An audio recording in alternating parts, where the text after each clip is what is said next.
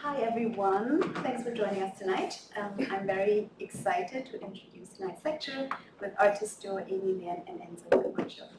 I'm Michelle Landau, Director at Asymmetry Art Foundation, and this is the third installment of the Asymmetry Distinguished Lecture Series titled Critical Habitats. Here I also want to mention this collaboration with the Corto that we value very much, as well as our co-organizer Winnie Teo, Senior Lecturer in Modern and Contemporary Asian Art here at the Corto. In partnership with the university, we host this annual lecture series that culminates in a symposium later in the year, and also support a postdoc fellowship in the research of contemporary Asian art. And the open call is about to go live for the next selection process, so please do consider applying or sharing with your friends. But bringing it back to the here and now, this lecture tonight follows the traces of offerings for Escalante that showcases the artist's new body of work created between various cities of this durational exhibition and the Philippines, the culmination of the artist duo's many years of fieldwork in the plantation island of Negros, and their extensive investigation into the ongoing struggles for food sovereignty and land justice across borders. To give a short introduction on the bios of the artists, Enzo and Amy are based between New York and Berlin. They've had solo exhibitions at Kunstverein Freiburg in 2018 and Kessel Museum of Art, Bar College, Annandale-on-Hudson in the same year.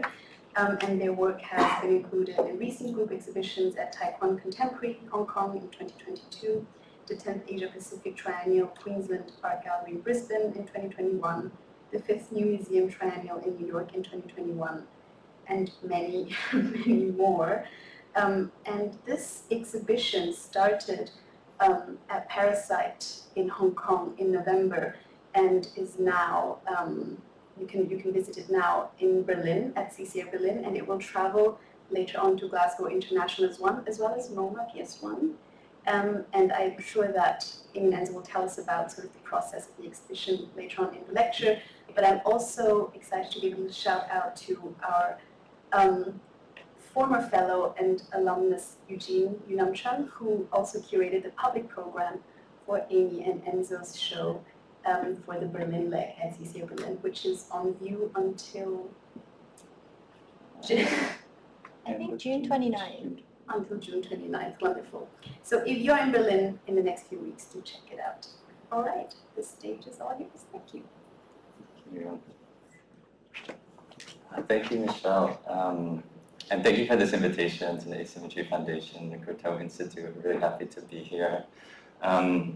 I think what we are going to do today for the talk is really just give a bit of background into the work that Michelle was describing that's on view currently in Berlin. And we wanted to focus a little bit more on the process of producing the work. So we'll have a few images later on of actual documentation of the exhibition, but that I feel like you can look up online if you want to see more. We won't focus a huge amount on that, but we wanted to give a little bit more I guess of an understanding of like the different parts of this project as a whole that happen beyond the exhibition site or the exhibition platform. So as Michelle mentioned, the show is really coming out of several years of work and research, political work, engagement that we have been doing on this plantation island called Negros in the Philippines. It's the island also where my mother and her family are from. And it's also the island, or the region in the Philippines. It's the top sugar producing region of the Philippines. So it produces over 50% of Philippine sugar. And historically, since the Spanish colonial era, or the late 1800s basically, when the plantation system developed there, it's an island that's been completely captured, let's say, by the sugarcane monocrop economy. So Amy and I began visiting Negros regularly together since 2017.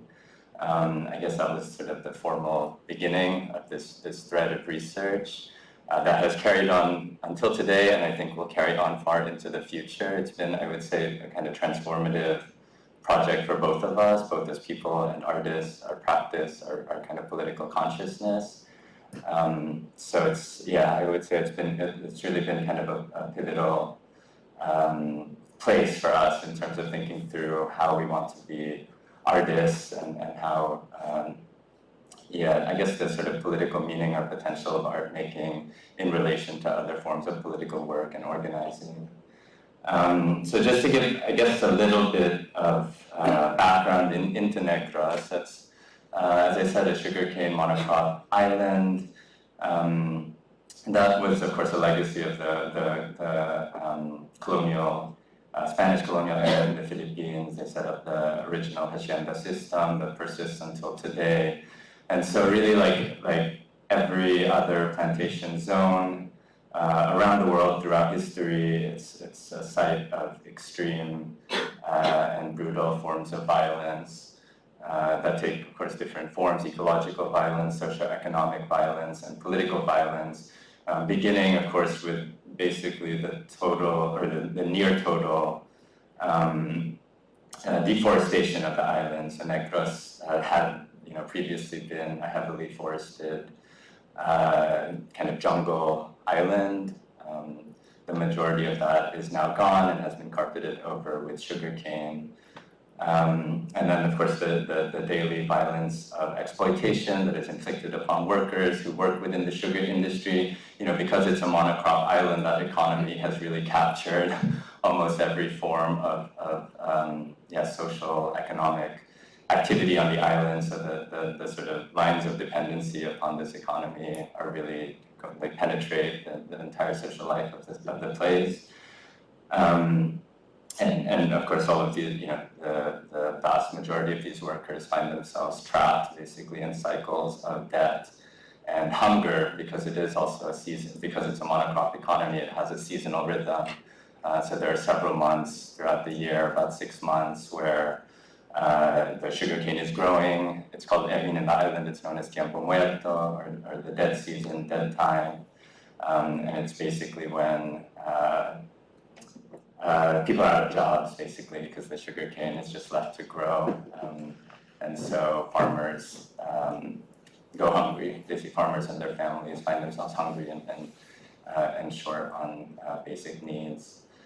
And then on top of that kind of socioeconomic violence, of course, and this is, I think, something very important to mention, but just the really direct and naked forms of political violence that are inflicted upon activists and advocates, peasant activists, farmer activists, agricultural workers, and worker organizers who are fighting, of course, the conditions of the plantation, and who are, the basic demands usually are around a more democratic distribution of land, a food and agricultural system that is sustainable environmentally, but that is also sustainable socially, and just basic kind of human rights and human dignity for the people on the island. So Negros is really one of the hotspots of political violence in the Philippines, and really that really can't be overstated. The Philippines has been, or is currently one of the top 5 deadliest countries in the world for land and environmental defenders. In 2018, it was the deadliest country in the world. And over the past 10 years, it's been the deadliest, over the past 10 years straight, it's been the deadliest country in Asia. So that level of violence is it's immense, and Negros is one of the hotspots of that in the Philippines, but not just in the Philippines, of course, but also one of the hotspots globally for violence enacted upon activists. So that was something that really picked up over the last, since I think around 2018, there was a real upswing in incidents of state violence, mostly enacted by the hacienderos, or the plantation owners, or the government, the state. Oftentimes, those are the same people, or at least in close connection with each other. And so when we started this research in 2017, 2018, these incidents started to become more and more frequent. It felt obviously necessary and urgent to address what was going on there, because I think the awareness of it, even within globally, I think it's not such a well-known thing, even in the Philippines. There's some awareness of it, but we felt it was important for our project, obviously, to address this issue. And that was really the kind of starting point for thinking through the show, and particularly the film that is kind of the centerpiece of the current exhibition. So the film itself addresses a historical incident of political violence that happened actually in 1985. So this was under the rule of the former dictator, Ferdinand Marcos. And it wasn't, I would say, like initially actually we were thinking to address some of these more recent cases of massacres and extrajudicial killings, but for various reasons, some having to do just with security and safety issues, some of those avenues became a little difficult to pursue, let's say. But we thought it would be interesting in any case to look back at something that had happened in the past, partly because the resonances of that and the echoes of that, I think, are really felt in the present, beginning with the fact that our current president in the Philippines is the son of the former dictator. So there have been these real kind of cycles and returns of that era, and part of that are just the immense amount of killings that have been happening on the island. So just to give a little bit of backstory into that incident, the incident is known as the Escalante Massacre. This is the central subject of our show. It happened in 1985, as I said, and the event itself was, it happened basically after a mass protest had been planned in a small city called Escalante in the north of the island. And progressive organizations, a network of progressive organizations had organized this mass protest that was really immense. I mean, it was many thousands of people who gathered in what was a very small city called Escalante. It was multi-sectoral, so of course the bulk of it was plantation workers, but also involved fisher folk, students, church people, professionals. Really kind of ran the gamut of like the demographic of the place. And what happened was basically paramilitary forces affiliated with the state opened fire on the crowd. So at least 20 people were killed that day, and many more, of course, were left injured and traumatized. And it really was one of the kind of landmark episodes, like one of the biggest or most high-profile tragedies to happen during the Marcos Sr. regime. And on the island, I think it left a really indelible mark. I mean, it's not that long ago, if you think about it, 1985. And so the reverberations of that, the memory of it has kind of held, or has persisted, let's say, locally. And part of that is really through the work of activists in the present, who have been organizing since then to make sure that event is never forgotten. The most important of those is a theater group, a peasant theater organization called Teatro Obrero. This image that you see actually is from one of their, I would say, most important kind of initiatives, where the year after the massacre took place in 1986, began staging a public reenactment of the massacre in collaboration with the survivors, in collaboration with the local community, and various other organizations working there. So it would happen in the public plaza, and they would kind of restage this episode. And at the beginning, it was a very bare bones kind of reenactment. We interviewed actually the initiator of this project. And he said at the beginning it was really, they just had like garbage cans that they were banging to emulate the gunshots.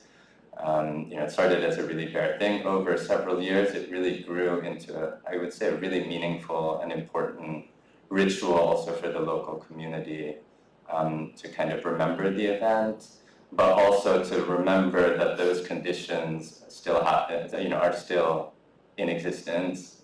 So it's both a kind of collective mourning and grieving ritual, as well as being really a live form of protest And so a lot of the times when it was happening, the theater groups would really integrate with various communities. There would be teach-ins, there would be workshops around the present-day conditions of life on this plantation island.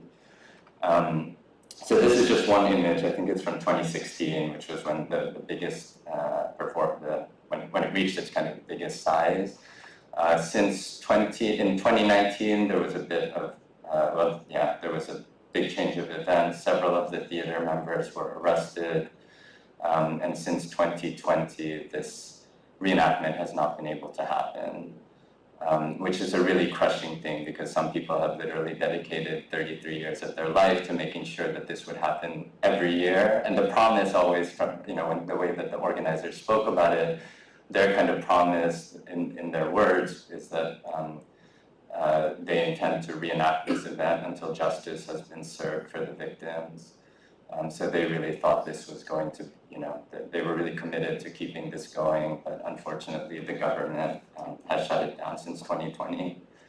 So this was also an impetus for us to want to focus on this because the memory of this particular incident has become such a site of struggle in the present. So that's a little bit of background, but just to move into the process that we went through to kind of produce the film that we ended up making.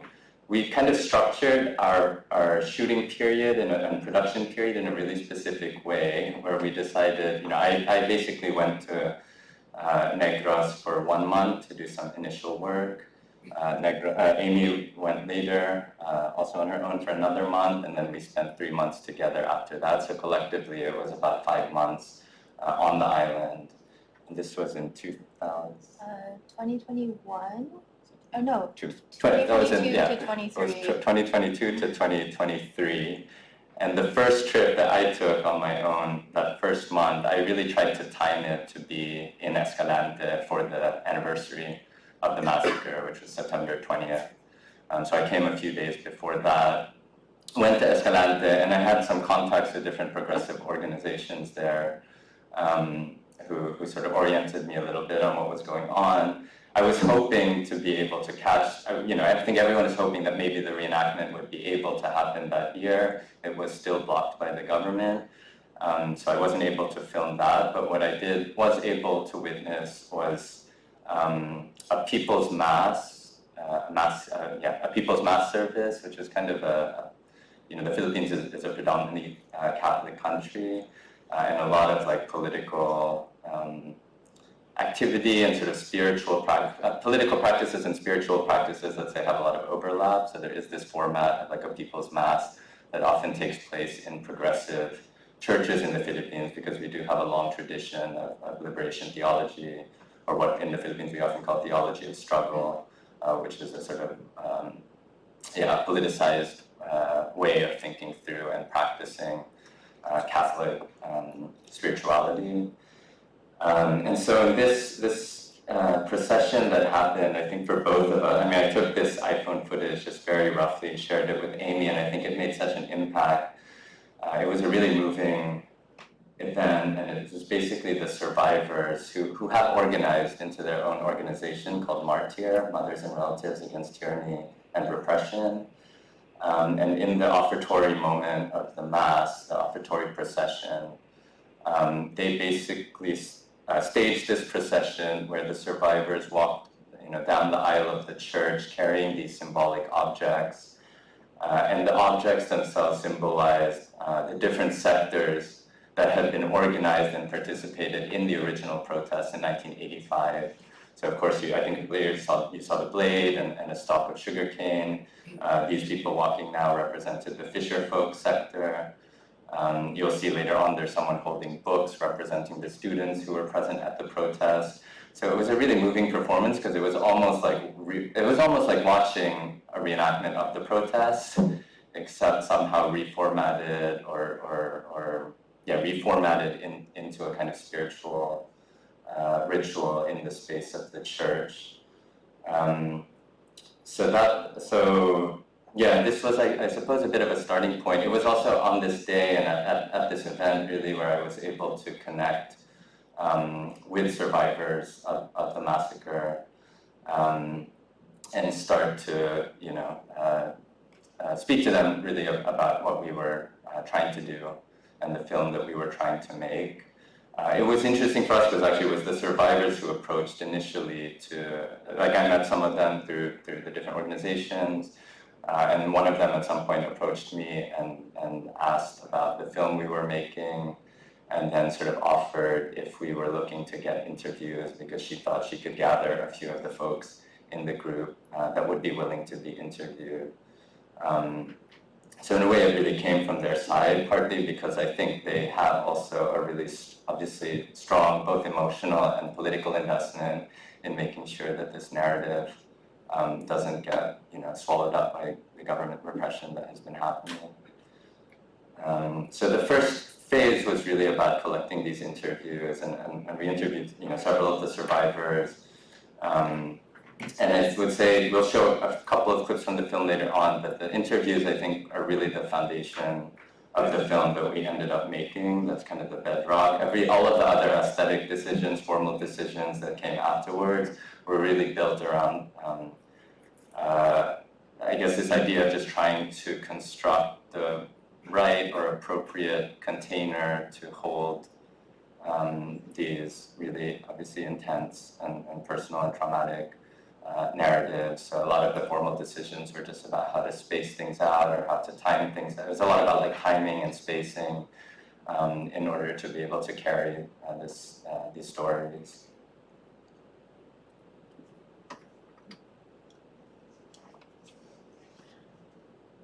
So these are two photos from my first month in Negros. And I think I would say that I took a slightly different approach when I first got there. Maybe a slightly softer landing. We had been to this coastal village in this town called Sagai a few years prior when we were first beginning our research. And I think it just, this particular community struck us as a kind of, a friendly place to live in a way. So we, through some of our friendship network on the island, we found a house there, kind of in the middle of this fishing village. And I kind of moved in and started setting up a studio to make paper with forage plants from the region. And I'm actually going to backtrack a second and also mention that in this town of Sagai, there was also a recent farmers' massacre that happened in 2018, which also was kind of around a year into our going to Negros, and which really rattled and shook us. It was so proximate to all the people we were connecting to and talking with. And initially we had even thought to address this in the film, but it kind of, became a little too risky in the present to, start scratching the surface. I'm sure that's very understandable. But so I moved into this house, and almost immediately these kids who were mostly my next door neighbors started showing up. They were really curious what I was doing. I must have seemed like an alien who just landed there with this box of fun things, and we kind of grew this very organic relationship. I sort of opened the doors of the house up to them, and we started making art together. We did watercolors, and we also made paper, and they started showing me all these things that they loved on the beach, and yeah, sort of taking me into all their adventures and games in the neighborhood. And yeah, we just like played almost every day. And through the kids, I sort of started to meet the parents too, and we, yeah, just really started to understand the kind of community we were living in, their struggles, but also like, yeah, the sort of day-to-day rhythms of a coastal community, which is still definitely embedded within the sugar plantation structure. And like even for example, we found out that two of the children, their grandparents were also actually key organizers and survivors of the People's Strike that had led to the Escalante Massacre. They weren't so organized in the present, like they weren't part of this martyr collective, but they were still really holding strong to their sort of ideals of what a just society would be. And I think when they met us and sort of recognized what story we were trying to tell about this place, they really like fully opened up, and their narratives have also become a key component of this film. So yeah, this is just a photo of stuff accumulating in the studio. We were also, I mean, I guess also to premise, we have been developing over the years already this paper making practice in Negros, and we almost see it as a kind of research process. We sort of forage different plants and like gather things. Some are from walks around nature, and then others are from like the marketplace. And these, these sort of gathering these kind of vegetal elements puts us in contact with like other people in society, like the vegetable vendors and the grandmas who like know how to make medicine out of these plants. And it's kind of a way to sort of think through the land, like what it holds, sort of like within and beyond the plantation system. And I think,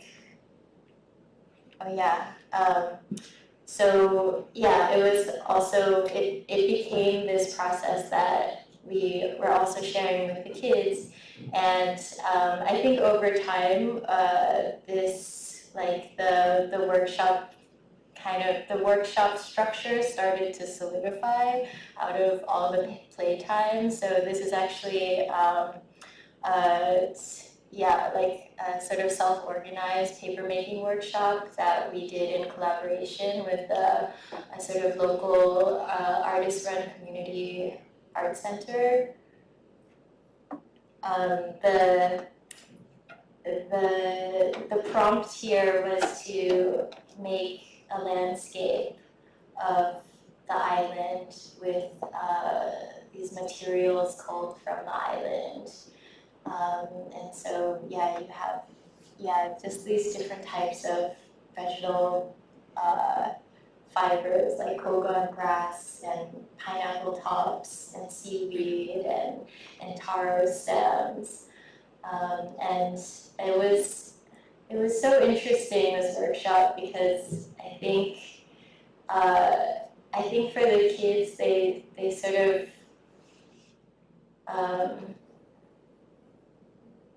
their landscape is so quotidian and they're so embedded into it, but then when you, like, I don't know, when they see us as artists, like, sort of somehow, like, regarding it, like, through a frame and a picture, it's sort of, I think there's like a new recognition that happens in the way you sort of like, in the way they were kind of seeing again and seeing like the value of and like the beauty of the place where they live. So, and this is our own work. This is a work called Social Volcano, and it's basically the same prompt. We're sort of constructing a landscape with materials we culled from the land. The name Social Volcano, actually we go to the next slide. So as the show travels, we're sort of making different variations on like similar thematic handmade paper drawings. Social volcano is also a term that rose out of the 70s when Negros was this sort of like hotbed of resistance to the Marcos regime. It's also, I mean, Negros is actually a volcanic island with like an extremely like mythologically sort of pre-colonial mythologically significant volcano called Canlaon, which is almost like the origin of all life on Earth. This is another series of works that we have in the show, and it's called Flame Garden. And I think, with this work, we were really influenced by this, early on in our research, by this text called Plot and Plantation by a philosopher thinker, Sylvia Winters. She describes the plantation context of Jamaica, which has so many similarities with what we see in Negros, and she talks about the plot, which is this sort of like garden space that exists in the plantation and is somehow integral to the sort of like reproductive, almost like reproductive longevity of the plantation, which is, kind of like a death camp in a way. It's not designed to, for its workers to really survive there.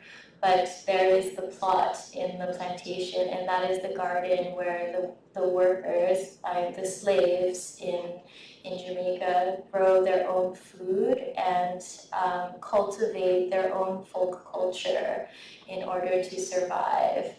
And you see this, in the Philippines, there is a movement called Bungkalan, and that comes actually out of a very similar phenomena to the plot, where Bungkalan essentially means to grow or to cultivate, and it was also the practice of gardening in the interstices of the plantation, and it was the way that the sugar workers sort of maintained their life in multiple senses of the word, and I think around the mid-2000s, it sort of became maybe reappropriated as an organized social resistance movement against the plantation system. So it became an act, an organized act of occupying disputed plantation land. And this is often land that small farmers actually already had a claim to under these land agrarian reform laws, where the land was supposed to be redistributed, but rarely was in most cases because of all the legal loopholes and all the ways that the law is constructed against the poor. So Bungkalan is a revolutionary movement of land occupation. And it's been sort of a huge inspiration and sort of like driving force of our movement, of our practice. And I guess it's been intense actually because of the extreme lashback, the violent lashback from the government and military. But yeah, going back to this work, it's called Flame Garden, and it's inspired by Volcano. I know where it is. And this is another series of works called Hunger Leaf.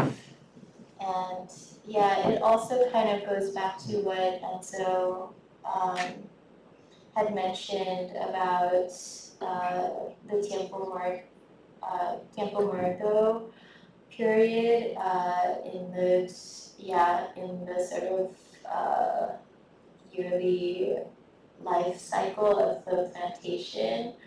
And we found these leaves in, actually ironically, we found a lot of them in a cemetery where a portion of the film is shot, and they were so kind of poignant in their bug-eatenness. So we sort of like crafted this body of work to sort of like create a kind of a kind of new ground to sort of cushion them. And maybe one other thing actually related to that I would add is that I think there's a lot of different metaphors we like to draw out of paper making, and one is one that like always sticks is this way that you can kind of compost and like fertilize the stuff you found and the stuff that's like often dead, and out of that you kind of make your own ground for an image. It's such a it's such a different process of image making than I think working with a blank white paper, because there's this way when you make the paper, you kind of work with the things that you found. They like create new shapes, and it's like definitely part of how we think around like the broader social struggle that our practice is connected to. And this, I'll just really quickly go here. This is another series of, they're like sacred hearts, and they're a very Catholic symbol. And I think, as Enzo mentioned earlier, there's so much intertwining of the church within the struggle. In Negros in particular, the church has been a sanctuary many, many times to harbor people who have been hurt by the military and people who are planning resistance. So we've been, we're always interested in thinking about that spiritual component of the movement, and also working with these kinds of like iconographies that are quite recognizable, and they have this like a way of sort of like connecting to a broader people, I guess.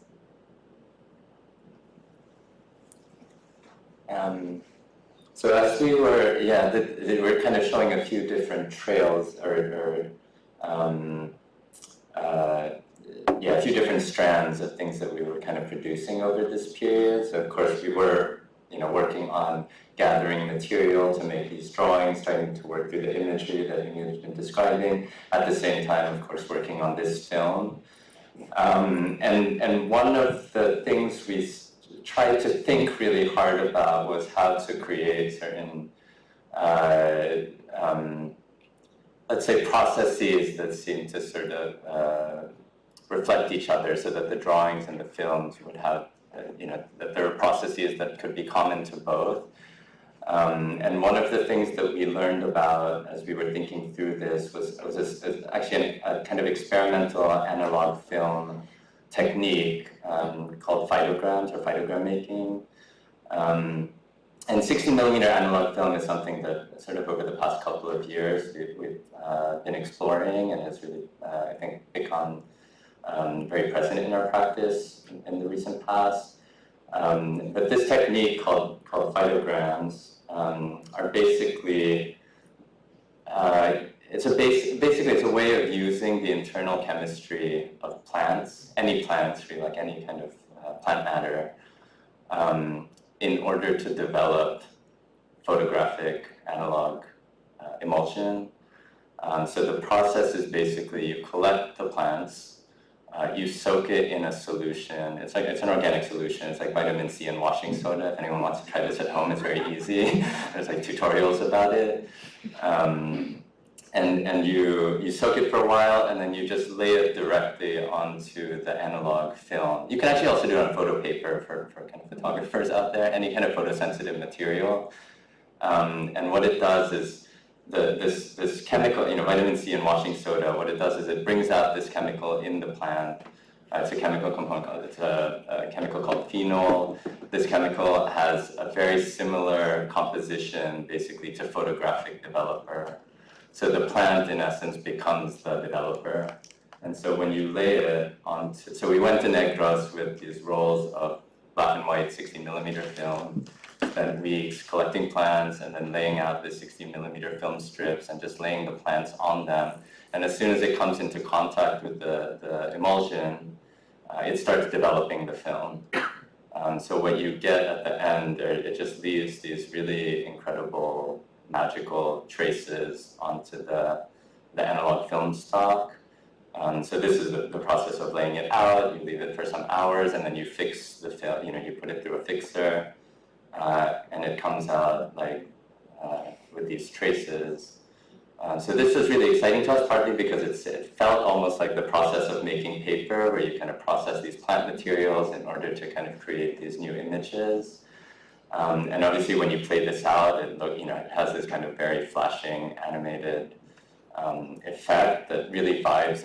I mean, both of us have been longtime fans of sort of experimental cinema in that kind of 60s, 70s, or 50s, 60s, 70s moment. So I think those effects have always been really interesting to us. But for us, the question was always like, yeah, those experimental films are so they're so visceral and bodily, and that was always very exciting for us. But what can you do with that outside of just some sort of like abstract aesthetic appreciation? So I think with this film, it was a bit of an experiment, I guess. We were trying to test how to use those experimental effects for an actual political agenda that we felt committed to.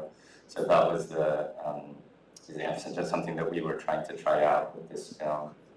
And again, it was also a way to, the film is of course so much about land. I mean, it's about a massacre, but it's also about the broader history of land that this massacre is an extension of or a part of.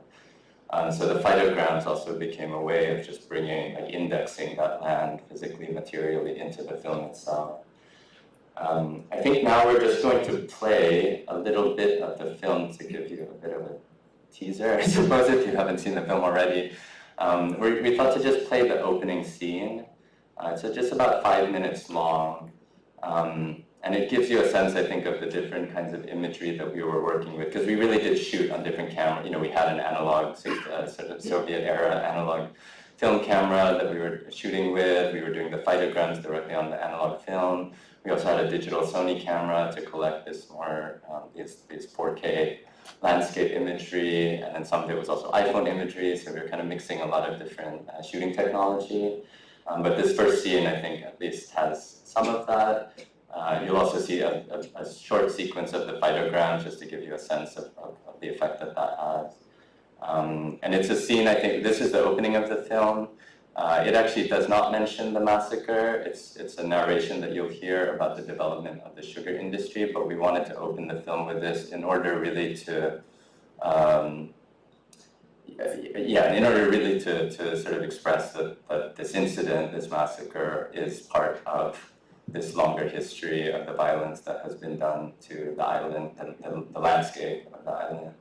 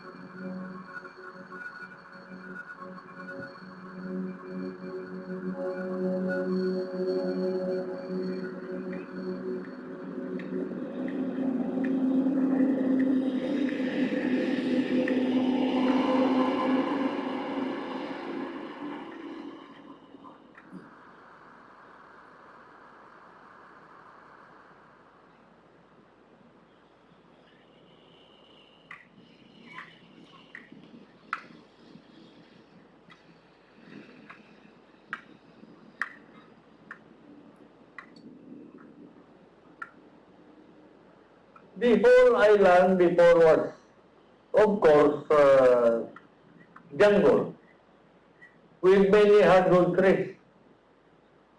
And an American came to the Philippines, and when he embarked on his ship, he found the gangplank consisting of hardwood, and he asked people around where the wood came from, and he was told it came from an island called Negros.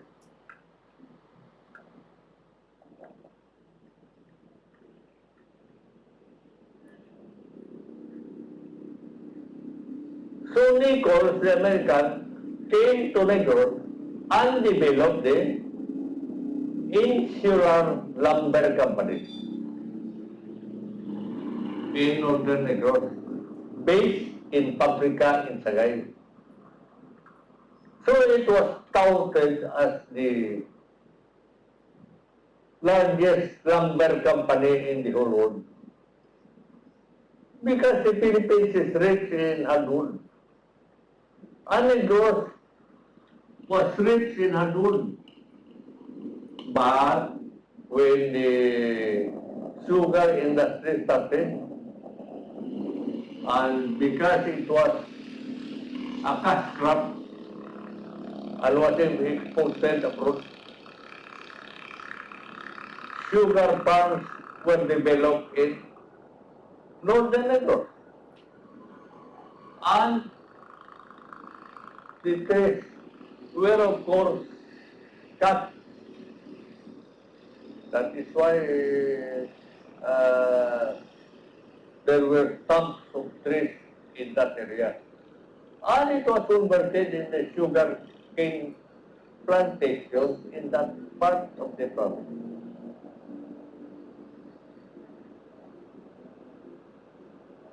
It was a massacre of the jungle and a massacre of the environment.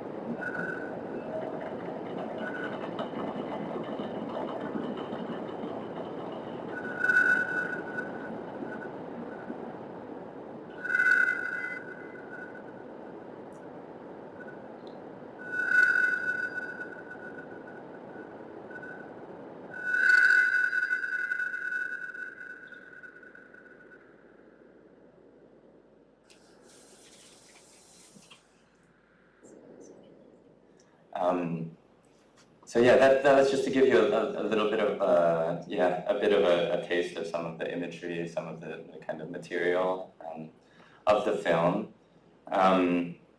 So when I guess as we were starting to work on the film, we had all of these different strands going. We were doing all of this material research, and we were developing these kind of community relations through these workshops with the local children. At some point, we really thought to try to more self-consciously and intentionally sort of converge some of these different strands. And so we came up with this idea, basically, of involving or inviting the children to become involved in the film. And it was something we thought about a lot, because and kind of how to go about that, the kind of right way to go about that. But we basically, we conceptualized a kind of procession that we wanted to stage with the children, which was a reenactment basically of the first procession that we showed in the earlier slide that had been enacted by the survivors. So we kind of had this idea to have the children restage this procession. We kind of then, of course, went through a consent, a due consent process. Beginning, of course, with speaking to the parents. And I think for us it was really interesting, we tried not to think about the consent process as just a kind of obligation or a due diligence thing, but really to kind of use it as an opportunity also just to speak with the people there. So we gathered the mothers of all of the kids together. We told them, at this point we had known them for months and spent a lot of time with them. We kind of told them more about the film that we were working on, and that it was going to be centered on the Escalante Massacre. And it was, I think a really interesting meeting, because then we also got to understand what they remember about that, what their opinions are about it, about what happened, how it happened. So this one image is just basically when we showed them the procession video that we were planning to stage with the kids. And then through that process, there were all of these unexpected convergences that just arose. One of which Amy kind of mentioned earlier, where the two of the grandparents of some of the kids had been organizers and survivors as well of the massacre. That was totally unexpected for us.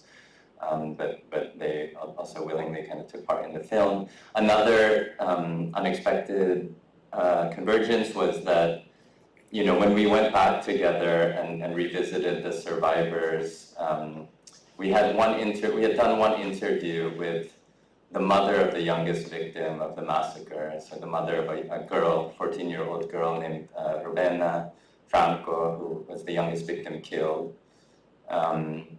And so, it was obviously a very intense interview, but when we returned to meet to kind of update them on the status of the project, we asked this mother where Rubena's grave was, because we said we'd just like to visit and pay our respects. She gave us the name of the cemetery, and then we realized that it was literally the local cemetery of this place where we had been staying. And so it's the cemetery also where all of these kids' families are mostly, where their families are buried as well. It's very familiar to them. It was totally an unexpected thing. So we also then decided to stage this procession in the cemetery. That's kind of where that idea came from, to restage this procession in the cemetery space. A couple of things about the cemetery, because I think it's worth mentioning. It really is a very loaded kind of space when you see it, partly because it's literally nested within sugarcane plantation land, as many cemeteries in Negros are. So it's this kind of plot, I guess, or like this cemetery space that's just surrounded. It's kind of in the interstice of the plantation, where you also have all of these things growing. I think that was the really striking thing for us in visiting the cemetery, where it had almost been like the cemetery was able to protect this space of land and allow other things to grow. So you still have these large trees, you still have all of these stuff growing through the graves, and it's like a really vibrant kind of very lush space of the cemetery. I think for us, like metaphor, that was just a really loaded thing somehow to see. And then when we did the shooting of that scene, you know, we did two days of shooting with the kids at the cemetery.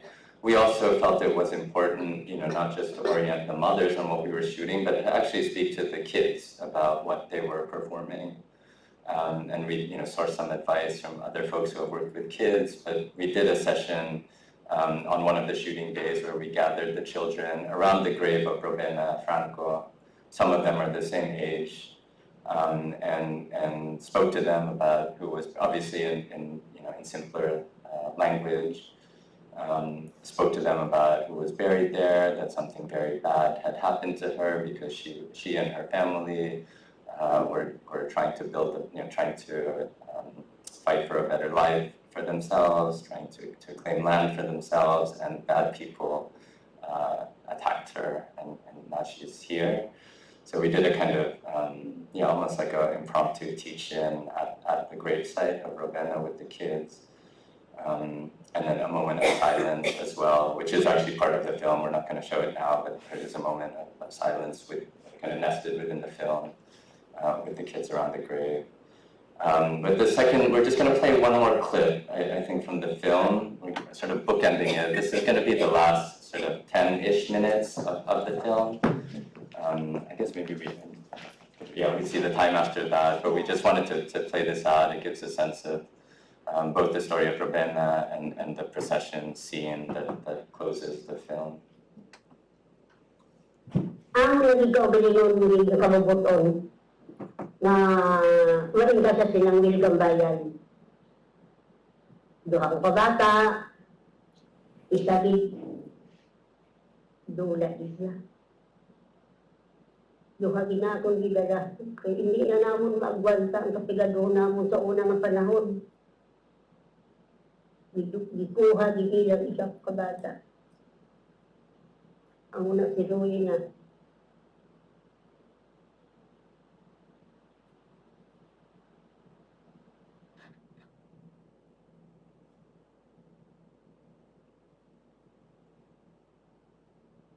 Ang mga ako na ko na hindi ko tali gusto, mga dumduman ko, sakit ko nga kong dugan.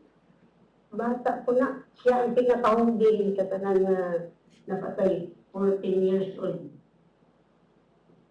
Nang ako na ko na kada September, Anniversary, kung hindi ko pating nga, kay galain ng pamatay ko, kay tigulang ako, bata ko ginapating ko, mapatay lang ko, hindi ko nakalimutan ang Anniversary sa Escalante Massacre, kay dyan dibugbo sa akong bata ang iya dugo. Ang muling mga kaupod ko, ito mo, anong hambali na, bahala na kung anong mutabok, ang Escalante Massacre, hindi na mo makalimutan. Ang unang ginakuan ko sa inyo, hindi ko tali gusto madungduman. Ang edad ko, 25 years old. Ano nang takaroon? 23 years old nang nasabok. Hindi na ko tali gusto madungduman pa. Pero anhon ko. Kaya mula din ang akong makuan sa akong mga kaupod. Bahala na kung anong matabo, ang Escalante, hindi natin kalimutan. Isa na ko, agihan ko, rally, pagkatabo sa Escalante sa akin, haging sa Escalante, pagbakulod. Lakas na naman. Para makapan kami sa justisya para sa akong bata. Hindi na kaya akong bata, among tanan. Pero anong nakuan, wala man na anuhan. Ang unang ginapangita namon ang katarungan.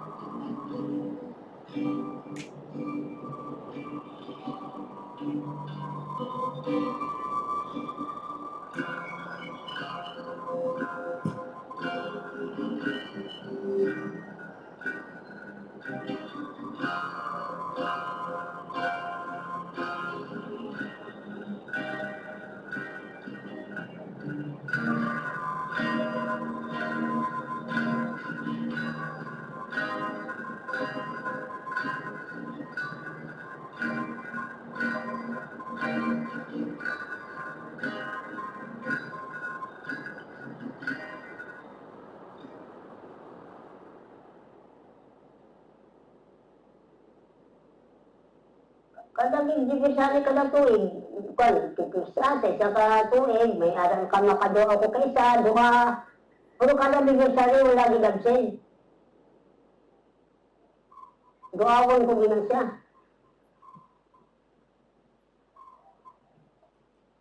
Kami di na kung nagduaw kami di sa among patay, pamilya di kami.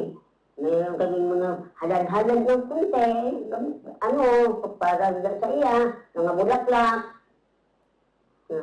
Ang nang ginahimo namin kung oras kami magduaw. Paghali namin dili, kung tapos na, katok na sa baybay, maligo.